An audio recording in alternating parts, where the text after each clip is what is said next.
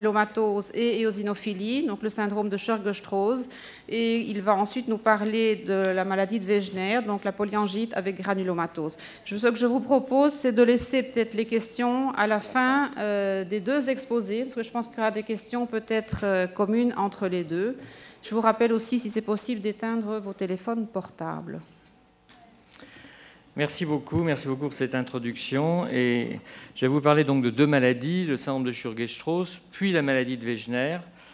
Et pour le syndrome de Churg-Strauss, que l'on appelle maintenant granulomatose avec polyangéite et éosinophile, EGPA en anglais, c'est effectivement une vascularite qui est très intéressante par sa complexité pathogénique et par son expression clinique et les quelques difficultés thérapeutiques que l'on peut rencontrer. Alors, elle s'inscrit dans le groupe des vascularites associées aux ANCA. Et donc, c'est cette vascularite de vaisseaux de tout petit calibre dans laquelle on retrouve également, dans le même groupe, la granulomatose de Wegener, la polyangine microscopique et des vascularites limitées au rein. Les caractéristiques ont été classées. La classification de l'ACR n'est pas mauvaise. Je rappelle que la classification, ce ne sont pas des critères diagnostiques, mais cela doit être considéré quand il y a déjà une vascularite démontrée, mais même à titre diagnostique, l'association d'un asthme, d'une hyperéosinophilie, d'infiltrat labile pulmonaire, d'une sinusite et de manifestations cliniques extravasculaires, c'est ce qui fait la différence entre la classification et le diagnostic, permet de porter le diagnostic de syndrome de Churg-Strauss. En fait, il y a deux choses. Il y a une capillarite, et cette capillarite peut s'accompagner de granulomatose. Pour la capillarite, elle a deux cibles, le rein, le poumon. Et je rappelle que c'est une maladie extrêmement rare. Vous voyez que l'incidence est faible, 64 par million chez les malades qui sont asthmatiques, et bien sûr beaucoup moins dans la population générale. Et son expression, comme je vous le disais, est une expression générale, asthmatique, éosinophilique, mais ce qui les caractérise, cette maladie, ce sont les signes extrapulmonaires. Et donc le rein avec une glomérulonéphrite à croissant et le poumon avec des infiltrats, comme vous pouvez le voir sur la droite, ou une hémorragie alvéolaire, comme vous pouvez le voir en bas à gauche sur ce cliché. La prévalence est très faible. L'incidence est faible, la prévalence aussi. La prévalence, vous voyez, en Seine-Saint-Denis, c'est 11 par million d'habitants. C'est un chiffre que l'on peut d'ailleurs diffuser à l'ensemble de la France, ça ne varie pas beaucoup. Et quand on regarde même en international, vous voyez que dans les pays nordiques, où il y a plus de vascularite associée aux ANCA qu'en Europe du Sud, eh bien c'est quand même 13 par million d'habitants. Et aux États-Unis, on est également à 11 par million d'habitants.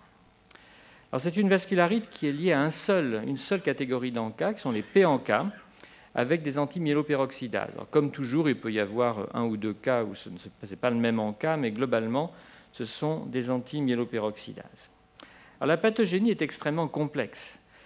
Et ceci explique, à mon avis, les difficultés que nous avons à comprendre la maladie, à comprendre ses traitements, à bien les adapter.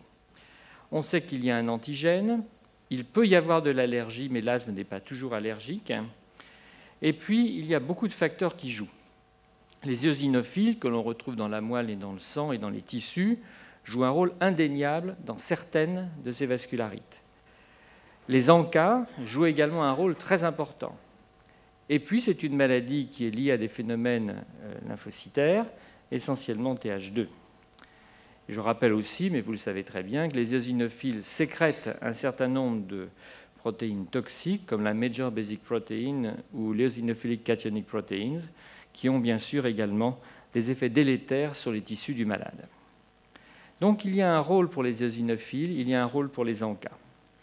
Et il est très vraisemblable, et nous l'avons montré, qu'il y avait en fait divers phénotypes dans la maladie. Alors je vais fonder cela sur deux études, l'une qui a été spécifiquement dédiée à la recherche de ces deux phénotypes et l'autre qui est une revue générale de 96 patients qu'on a publiée il y a quelques années, en sachant que nous avons maintenant beaucoup plus de patients, puisque nous avons un papier à sortir avec 350 malades qui ont un syndrome de Churg-Strauss. Mais cela ne change pas les caractéristiques générales de la maladie. C'est une maladie avec pratiquement autant d'hommes que de femmes, un âge moyen de 43 ans. C'est la vascularite nécrosante que l'on observe chez les sujets les plus jeunes. Les PAN, le Wegener, c'est un peu plus âgé, et la polyangéite beaucoup plus âgée. Et ce que nous avons fait, tout simplement, c'est qu'on a regardé les malades qui avaient des ANCA et qui n'avaient pas d'ANCA. Alors jusqu'à cette époque, on ne connaissait d'ailleurs pas la fréquence exacte des ANCA, et vous allez la découvrir. Mais on sait que c'est une maladie qui peut être déclenchée par certains facteurs. Il y a des antécédents allergiques dans la famille, on a parfois des antigènes inhalés, des désensibilisations, des vaccinations récentes et quelques médicaments sur lesquels je vais revenir. Pour la vaccination, bien que nous ayons quelques cas assez illustratifs d'une poussée après vaccination, je veux dire que le bénéfice de la vaccination est tel qu'aujourd'hui, contrairement à ce qu'on a publié par le passé, nous recommandons de vacciner contre la grippe, par exemple, les patients qui ont ce type d'affection. Nous avons fait une étude prospective sur la vaccination. Il n'y a pas eu d'effet secondaire. Il y a simplement eu quelques augmentations des eosinophiles chez quelques malades. Et pour des médicaments qui ont été, comme les antileucotriènes, Montelukast et Zafirlukast, en France, nous n'avons que le Montelukast, on sait qu'il y a un risque qui est plus élevé, mais il est très difficile de dire que c'est le médicament qui en est responsable. En effet, lorsqu'un antileucotriène est actif dans un asthme, on diminue la dose de corticoïdes, et cela peut favoriser l'émergence d'un Churg-Strauss qui était latent et qui, à ce moment-là, s'exprime beaucoup plus fortement que ce qu'on avait auparavant. Alors, le syndrome de Churg-Strauss se caractérise par un asthme. Ça n'est pas 100%, c'est 98% à la présentation. Il y a quelques malades qui vont développer l'asthme en même temps que la maladie, voire un tout petit peu après. Mais il y a d'autres éléments cliniques qui, bien entendu, permettent de confirmer ce diagnostic. Le tableau neurologique est prédominant. Les 3/4 des malades ont une neuropathie périphérique. Je dois dire que c'est le diagnostic, quand les signes sont au complet, qui est le plus facile à faire. Car un malade asthmatique avec des eosinophiles qui développe une multinévrite, il n'y a pas de diagnostic différentiel. C'est un syndrome de Churg-Strauss. Puis l'altération de l'état général, des douleurs musculaires, articulaires, et des signes cutanés qui sont essentiellement un purpura ou des nodules sous-cutanés assez disséminés sur tout l'organisme, et plus particulièrement, c'est caractéristique, ça n'est pas très fréquent, on peut en trouver même sur le front. Et quand ils sont là, on dit souvent c'est un syndrome de Churg-Strauss. Il y a des formes, bien entendu, un peu plus importantes, avec des signes pulmonaires prédominants. Vous voyez que les infiltrats pulmonaires, ça n'est quand même que moins de 40% des cas. Et l'hémorragie alvéolaire, ça n'est que 4% des cas dans cette série.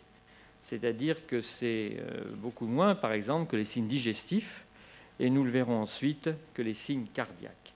Les signes cardiaques, 13% de myocardite, ça n'est effectivement pas très fréquent, mais quand cela survient, c'est très sévère, et le pronostic de la maladie est au cœur. Il n'est pas au poumon, et en général, il n'est pas au rein. Le rein est touché dans 26% des cas. C'est une glomérulonéphrite extracapillaire tout à fait classique. Et on reverra cela quand on parlera de Wegener, puisque c'est exactement la même atteinte neurologique. Alors cet asthme préexiste dans la plupart des cas. Dans notre série, c'est en moyenne 8 ans. Et quand le Churg est guéri, entre guillemets pour guéri, en tout cas en rémission complète, eh bien, les patients qui étaient asthmatiques avant restent asthmatiques après. Souvent, ils espèrent se séparer de tout, y compris de la corticothérapie. Et c'est une erreur, car malheureusement, ils restent avec des corticoïdes, soit inhalés, soit par la bouche, soit les deux, avec une dose moyenne qui est d'environ 8 mg.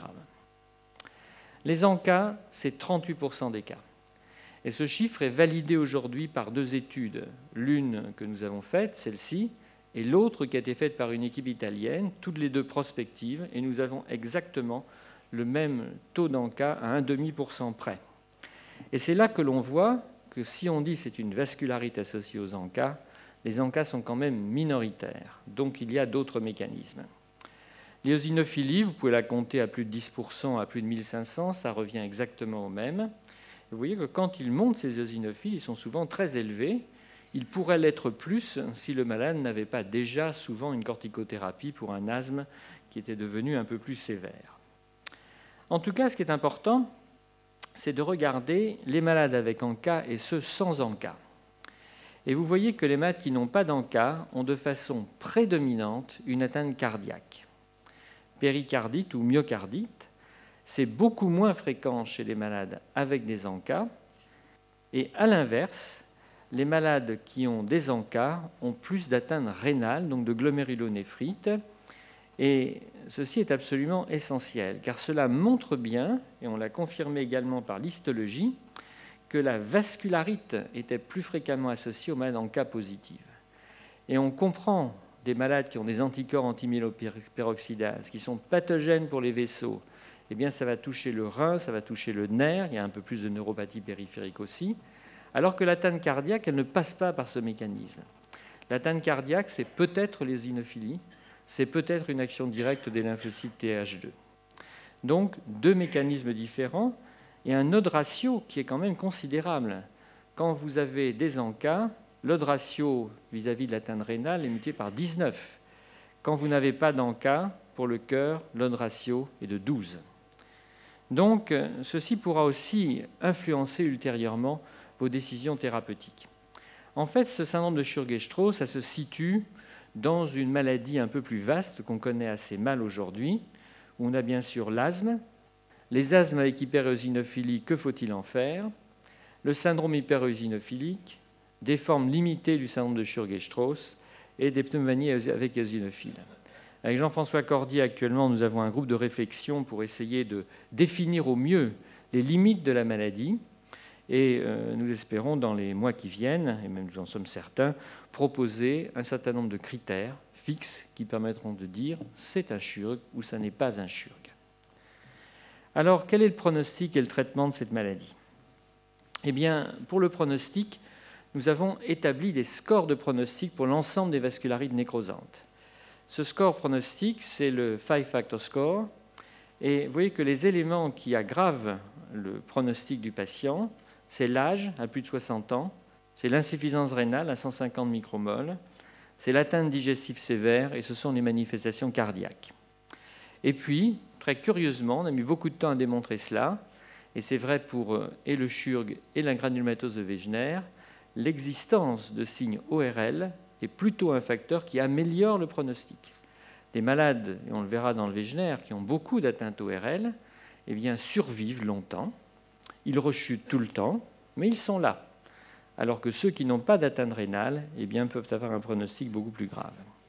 Alors ce score a été évalué au diagnostic et il est très simple à utiliser et pour nous, c'est un guide pour la thérapeutique. Voilà les courbes de survie de nos patients. Alors le syndrome de Sturge-Strauss, c'est celui qui a la meilleure survie. Vous le voyez ici en bleu clair. Donc bon pronostic par rapport aux autres vascularites nécrosantes. C'est un travail qui a été fait et démontré sur plus de 1000 malades, dont 230 Sturge-Strauss. Et puis ce score, eh bien, on voit qu'il est associé vraiment avec la survie, puisque quand vous avez 0 point, c'est la courbe en rouge, il n'y a que 12% de décès à 5 ans. Lorsqu'il y a 1 point, c'est 25% de décès. Lorsqu'il y a 2 points, c'est 50% de décès à 5 ans. Alors comment traite-t-on? Eh bien, pour les malades qui ont un bon pronostic, c'est-à-dire pas d'atteinte viscérale grave, eh bien, nous donnons des corticoïdes seuls. Et dans cette étude prospective, 70 malades, vous voyez que les résultats sont plutôt bons puisqu'il n'y a qu'un malade sur 4 qui devra prendre ensuite des immunosuppresseurs. Ici, il y a marqué randomisation parce que c'est dans le cadre d'un protocole randomisé. Mais la plupart des autres, on en a 20% qui arrivent à arrêter les corticoïdes orales, pas nécessairement inhalés, et 43% qui ont des rechutes, on va dire, mineures, qui nécessitent une corticothérapie, mais qui sont en rémission complète, et ils reçoivent en général moins de 20 mg de corticoïdes.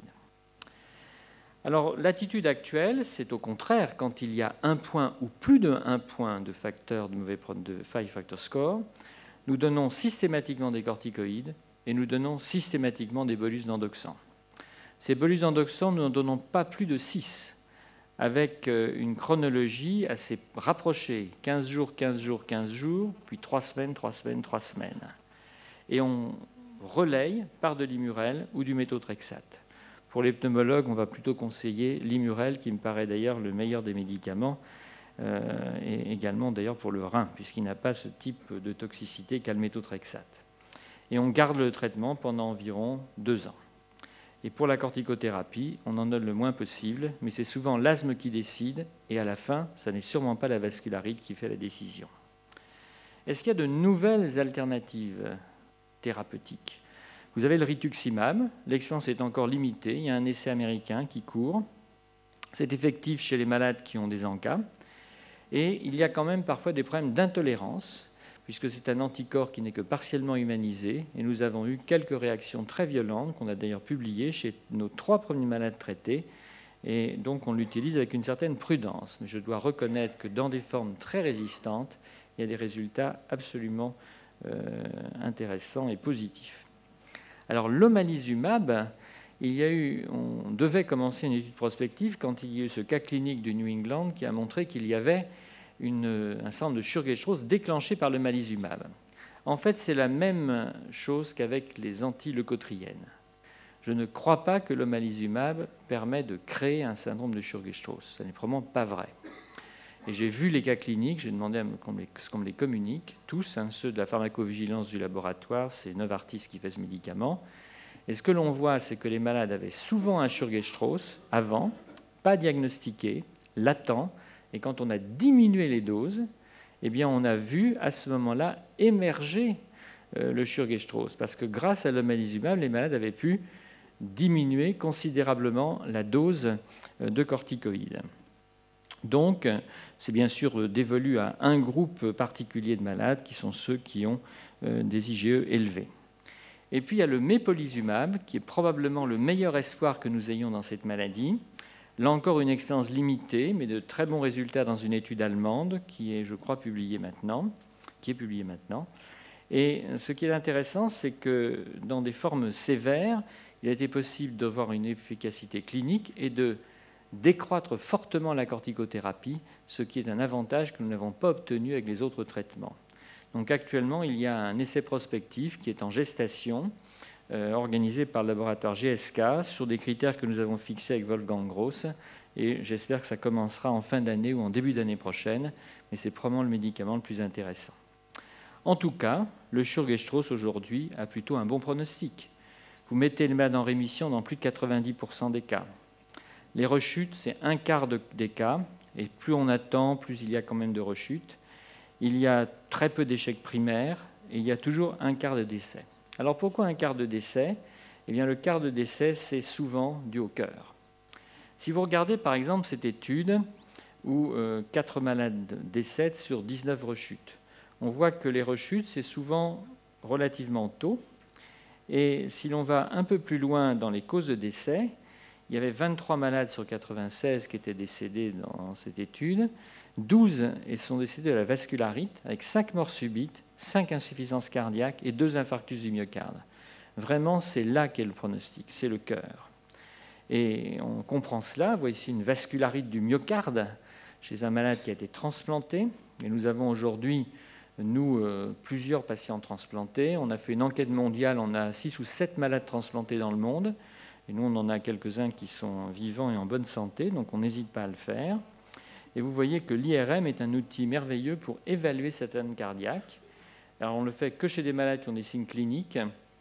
Quand elle est faite systématiquement, on découvre parfois des hypersignaux montrant qu'il y a eu un léchage cardiaque, mais on ne sait pas quoi faire, je dois le dire, de ces hypersignaux et comment adapter la thérapeutique sur uniquement une image anormale. En tout cas, vous pouvez voir ici, c'est parfaitement visible sur le septum interventriculaire. Vous voyez que l'aspect moté, que je souligne ici avec la flèche, eh bien, c'est dû à cela. Et donc, on voit aussi des dilatations des cavités ventriculaires. On peut mesurer le débit. Donc, faites une IRM chez vos malades qui ont des atteintes cardiaques. Et lorsqu'il y a une atteinte cardiaque, donnez systématiquement des immunosuppresseurs. Donc, cette vascularite est bien connue. Elle survient chez les malades asthmatiques. Il y a peut-être un fond génétique derrière tout cela. En tout cas, il y a des facteurs favorisants. Et nous sommes aussi dans la recherche de ces facteurs génétiques prédisposants. Une pathogénie complexe et qui n'est pas univoque. Quelques facteurs de déclenchement qu'on a déjà identifiés. Ces phénotypes du Sturge ont un énorme intérêt car ils montrent l'hétérogénéité de la maladie et vont permettre d'orienter les choix thérapeutiques. Et quant aux limites de la maladie, c'est effectivement très difficile et nous espérons arriver à vous montrer cela dans les mois qui viennent. Voilà, je vous remercie de votre attention.